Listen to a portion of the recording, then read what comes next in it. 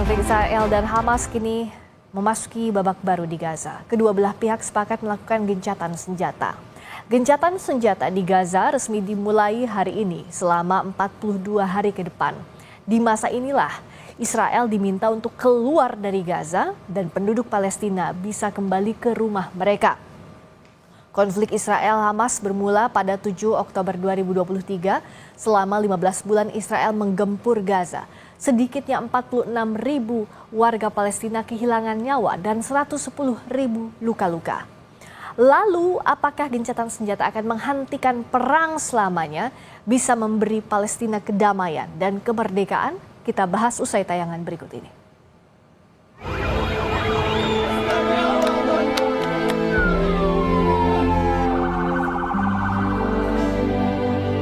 Belas bulan serangan Israel berkecamuk di jalur Gaza. Hari pertama gencatan senjata di jalur Gaza tengah berlangsung. Seluruh warga Palestina menyambut dengan sukacita. Tapi mereka masih dihantui ketakutan dan trauma atas derita akibat perang. كان لي بيت زي ما انت شايف كان عندي بيت وعندي كل شيء طبعا اجت الحرب هذه ما خلت لا بيت ولا اي حاجه وكان حتى لي ابن كمان تصاوب في الحرب ونجا باعجوبه من الحرب هذه حياتنا كلها. Beberapa jam jelang gencatan senjata, militer Israel masih aktif melakukan serangan di jalur Gaza. 8 orang dilaporkan tewas. ما زالت بعض الجثث موجودة تحت الركام وذلك لعدم تمكننا من العمل وانتشال هذه الجثث على مستوى المحافظة الوسطى بسبب الاستهداف المباشر لعمل البواقر أو البلدوزر والكباشات التي تعمل في المكان من الاستهداف الإسرائيلي. Mengutip data dari Al Jazeera, terdapat 3 fase perjanjian gencatan senjata. Di fase pertama selama 42 hari, Hamas harus membebaskan 33 sandera dan Israel juga akan membebaskan 30 tahanan warga Palestina. Militer Israel akan menghentikan serangan dan keluar dari daerah pemukiman Gaza, dan para pengungsi Palestina bisa kembali ke Gaza. Di fase kedua, yang juga akan berlangsung 42 hari, militer Israel harus menghentikan operasi militernya di seluruh wilayah Gaza dan saling membebaskan tahanan di tahap kedua. Di fase terakhir, kedua pihak dari Israel dan Hamas akan melakukan pertukaran jenazah pejuang maupun sandera. Lalu akan melaksanakan rencana rekonstruksi di Gaza di bawah pengawasan internasional. Setidaknya serangan brutal Israel sejak Oktober 2023 silam telah menewaskan lebih dari 46.000 jiwa dan 110.000 lainnya mengalami luka-luka. Gencatan senjata jadi asa bagi perdamaian abadi di jalur Gaza. Mereka menantikan dunia ikut bersuara demi damai di Palestina.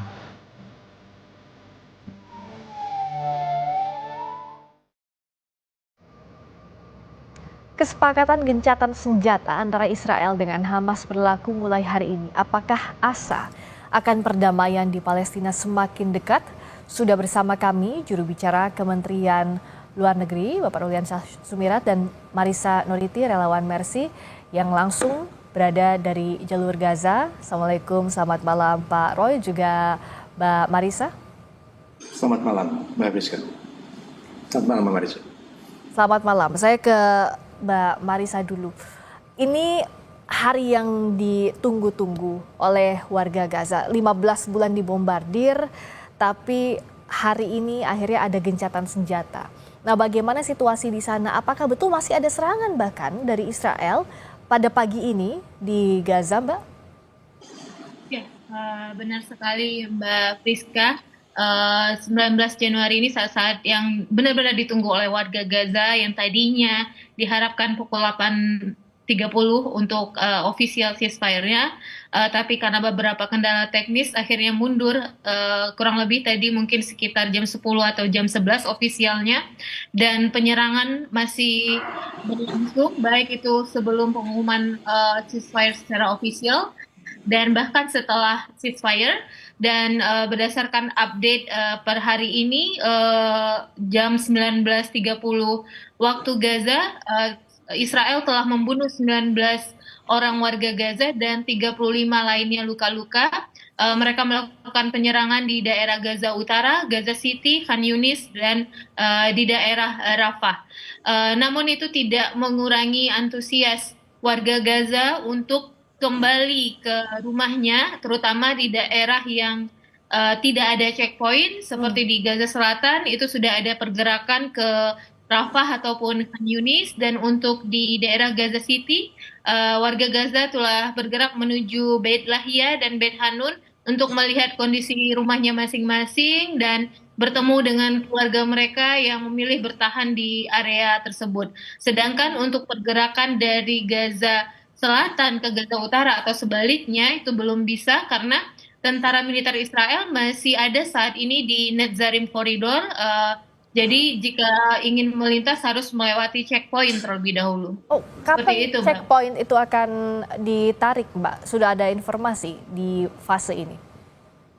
Kemungkinan sepertinya di fase kedua, ketika dimulai pembicaraan permanen terkait ceasefire ini, karena saat ini masih temporary ceasefire, dan di hari ke-22 ada kemungkinan untuk penarikan tentara militer Israel dari koridor Netzarim, dan pembicaraan lebih lanjut untuk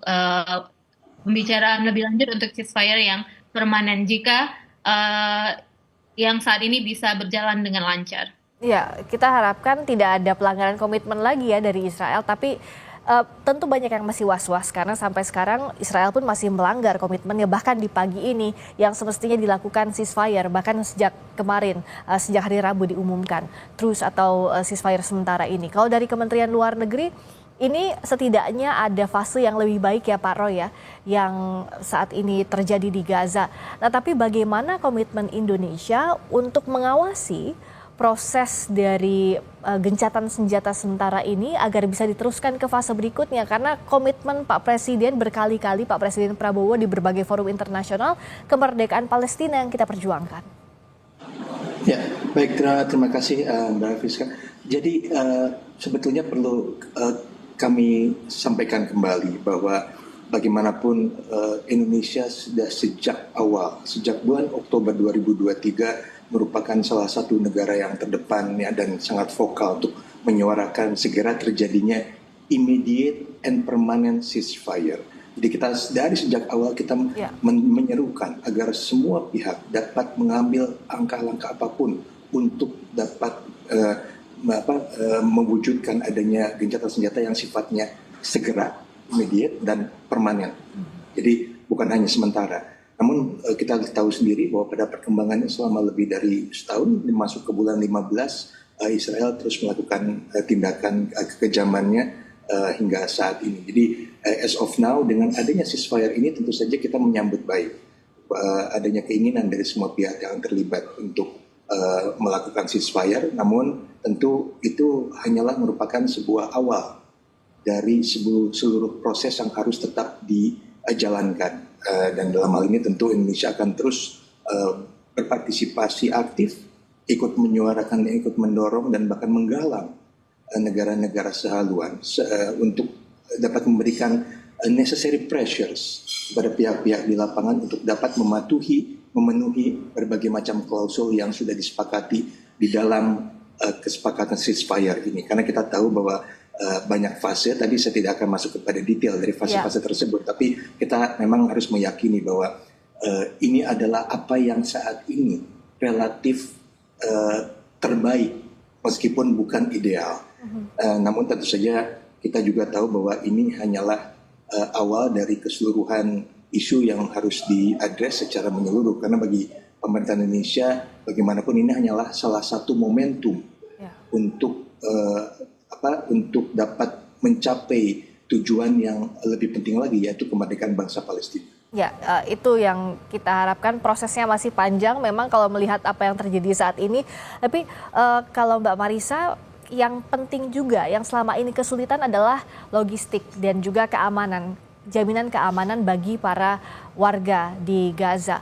Dengan hari ini, apa perbedaan yang terlihat? Apakah bantuan logistik misalnya sudah mulai masuk, lalu warga juga sudah bisa menempati pengungsian atau bahkan kembali ke rumahnya mendirikan tenda, atau seperti apa Pak, Mbak, gambarannya di sana, Mbak Marisa?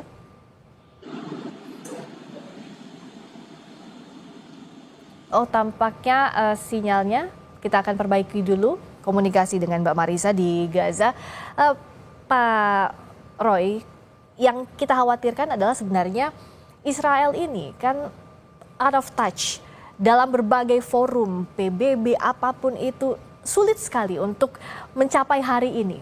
Nah, pun sudah terjadi, ini masih melakukan bombardir di luar kesepakatan. Bagaimana peran aktif Indonesia dan juga negara-negara OKI misalnya, apa yang bisa dilakukan untuk mengawasi peran aktifnya seperti apa Pak yang diupayakan? Ya, sebetulnya kita tidak pernah berhenti untuk terus menggalang kesatuan pandangan, menyuarakan hal-hal yang memang harus diserukan secara bersama, memberikan necessary pressures, menempatkan Israel supaya dia terkucil, supaya terlihat bahwa memang dia adalah pihak yang memang harus bertanggung jawab terhadap keseluruhan kejahatan terhadap kemanusiaan yang selama ini dilakukan. Jadi paling tidak yang selama ini secara konsisten kita lakukan adalah turut menggalang agar dukungan terhadap Palestina menjadi semakin meluas. Dan ini tentu saja antara lain dapat dilihat dari banyaknya negara-negara yang semakin banyak jumlah yang mengakui Palestina sebagai negara. Dan ini juga merupakan salah satu hasil dari kontinuitas pendekatan yang dilakukan oleh Indonesia bekerja sama dengan beberapa negara lain, terutama karena Indonesia sampai saat ini masih merupakan bagian dari 8 negara OKI yang menerima mandat dari negara-negara OKI untuk terus mendorong agar dukungan terhadap Palestina dapat semakin luas. Antara lain dapat dilihat dari jumlah negara yang mengakui Israel dan juga jumlah negara yang mengakui mengakui Palestina dan juga negara yang mengakui Palestina sebagai anggota PBB.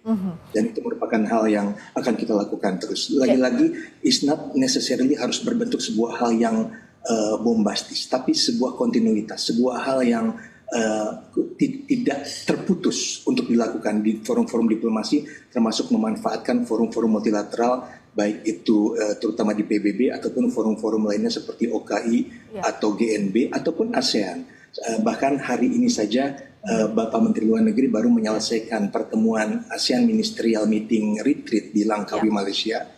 Dan pada pertemuan tersebut salah satu hasil yang disepakati adalah adanya sebuah joint statement negara-negara ASEAN yang menyambut baik terjadinya gencatan senjata ini dan mendukung agar seluruh pihak dapat segera mengimplementasikan berbagai macam klausul yang ada di dalam ceasefire agreement tersebut. Ya, dan ini yang harus dijaga kontinuitas tadi, continuity. Nah, kalau di Mbak Marisa sudah terhubung lagi ya, Mbak Marisa, bagaimana kondisi di sana yang berbeda? Apakah truk bantuan misalnya sudah bisa masuk atau warga yang mengecek rumahnya sudah bisa mendirikan tenda di rumahnya masing-masing? Karena bagaimanapun juga secara psikis pasti mereka ingin kembali melihat rumahnya meskipun dalam keadaan hancur ya, Mbak? Ya, benar sekali. Ya, saat ini diharapkan 600 truk bantuan kemanusiaan memasuki Gaza, dan ini memang telah dipersiapkan sejak kemarin. Ratusan truk sudah mengantri di Rafah sisi Mesir, dan per hari ini akan memasuki Gaza melalui jalur Karim Salom. 50 diantaranya adalah truk bahan bakar.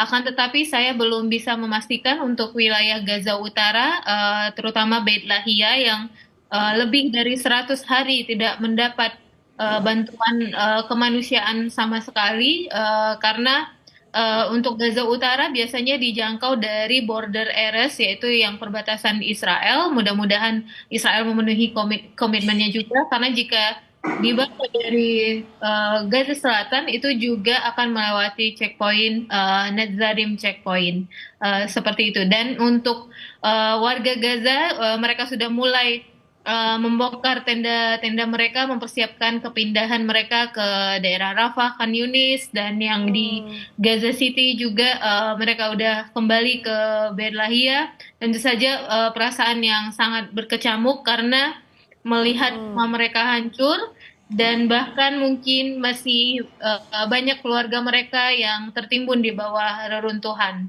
Seperti dan warga juga masih harus melewati berbagai checkpoint karena terbatas oleh fase ceasefire itu ya Mbak ya. Jadi masih terbatas juga pergerakannya seperti yang tadi Mbak Marisa sampaikan ya. Tapi kondisinya lalu juga bagaimana tim medis memberikan bantuan, aksesnya sudah lebih baik Mbak dibandingkan sebelumnya? Untuk saat ini di daerah Gaza Selatan, walaupun memang belum ada rumah sakit yang benar-benar fully function seperti sebelumnya, semua berfungsi secara parsial, tetapi beberapa layanan medis sudah tersedia dan juga dibantu oleh relawan internasional yang mendirikan rumah-rumah sakit lapangan.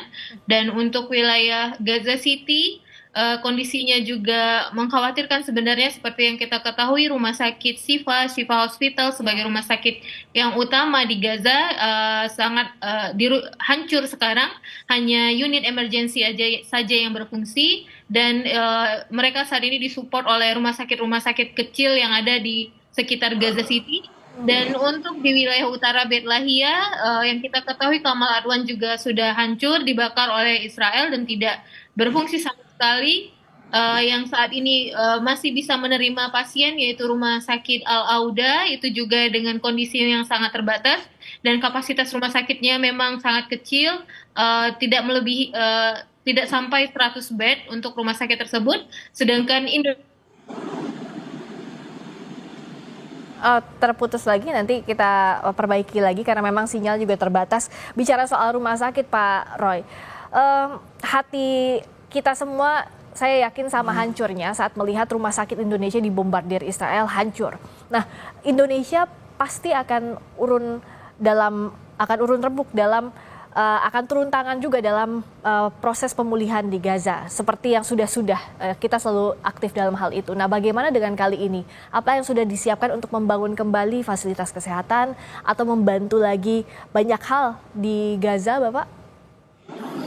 Ya, begini. Mungkin saya juga perlu tekankan lagi bahwa kita termasuk paling vokal sejak awal untuk menyuarakan perlunya masalah kemanusiaan ini diadres secara khusus, karena kita tahu bahkan dalam keadaan sebelum terjadinya kejadian di bulan Oktober tahun lalu pun situasi kemanusiaan di Gaza sudah sangat susah, sudah sangat rumit, apalagi pasca serangan dan kejahatan terhadap kemanusiaan yang dilakukan oleh Israel di Gaza, yang akhirnya ada dampak ke beberapa negara sekitar. Nah, jadi memang pada saat ini kita akan terus menyerukan bagaimana agar isu bantuan kemanusiaan itu dapat terus disalurkan ke semua pihak yang membutuhkan di lapangan. Namun tentu bantuan kemanusiaan ini pun akan membutuhkan uluran tangan dari seluruh komponen dari masyarakat internasional. Dan Indonesia tentunya juga akan terus berpartisipasi untuk dapat memberikan bantuan yang sekiranya akan membantu situasi untuk korban-korban yang ada di lapangan. Dan paling tidak Indonesia sudah menyampaikan kepada UNRWA untuk terus memberikan dukungan bantuan lewat UNRWA. Dan paling tidak kita sudah menyatakan pledge bahwa mulai tahun 2024 lalu bantuan kontribusi Indonesia kepada UNRWA akan mungkin kita naikkan sekitar 2 kali lipat hingga mencapai 1,2 juta US dollar per tahunnya. Dan juga ada beberapa kesempatan ketika UNRWA melakukan flash appeal meminta dukungan bantuan dana dari negara-negara anggota PBB, dan kita sudah memberikan appeal sebesar 2 juta US dollar. Sebagai catatan juga bahwa bantuan kemanusiaan yang disampaikan oleh Indonesia tidak hanya datang dari pemerintah, tapi juga dari berbagai macam kalangan, dari berbagai macam stakeholder, termasuk kalangan civil society Indonesia yang terus aktif untuk menyalurkan bantuan ke Gaza. Tercatat paling tidak hingga periode tahun lalu saja bantuan kemanusiaan yang kita salurkan, terutama melalui Mesir, itu mencapai sekitar 4.000 ton barang senilai sekitar 11 juta US dollar. Ini akan terus kita bantu sebisa mungkin bekerjasama dengan negara lain. Tapi khusus untuk masalah rekonstruksi yang ditanyakan Mbak Friska tadi, memang kita tahu bahwa isu rekonstruksi akan masuk di dalam fase terakhir dari kesepakatan yang ada sekarang. Namun tentu pada saatnya nanti apabila sudah ada sebuah pembicaraan yang lebih komprehensif mengenai bentuk dari rekonstruksi yang dibutuhkan, tentu saja pemerintah Indonesia akan turut aktif untuk dapat membantu situasi. Ya, kita tunggu ya bagaimana kesepakatan di fase terakhir gencatan senjata terkait rekonstruksi itu. Nah, Mbak Marisa sudah terhubung lagi. Apa yang bisa dibantu oleh kami yang ada di Indonesia ini untuk Mbak Marisa dan juga warga di Gaza? Apa yang diharapkan? Apa yang dibutuhkan? Dukungan apa sebenarnya Mbak Marisa?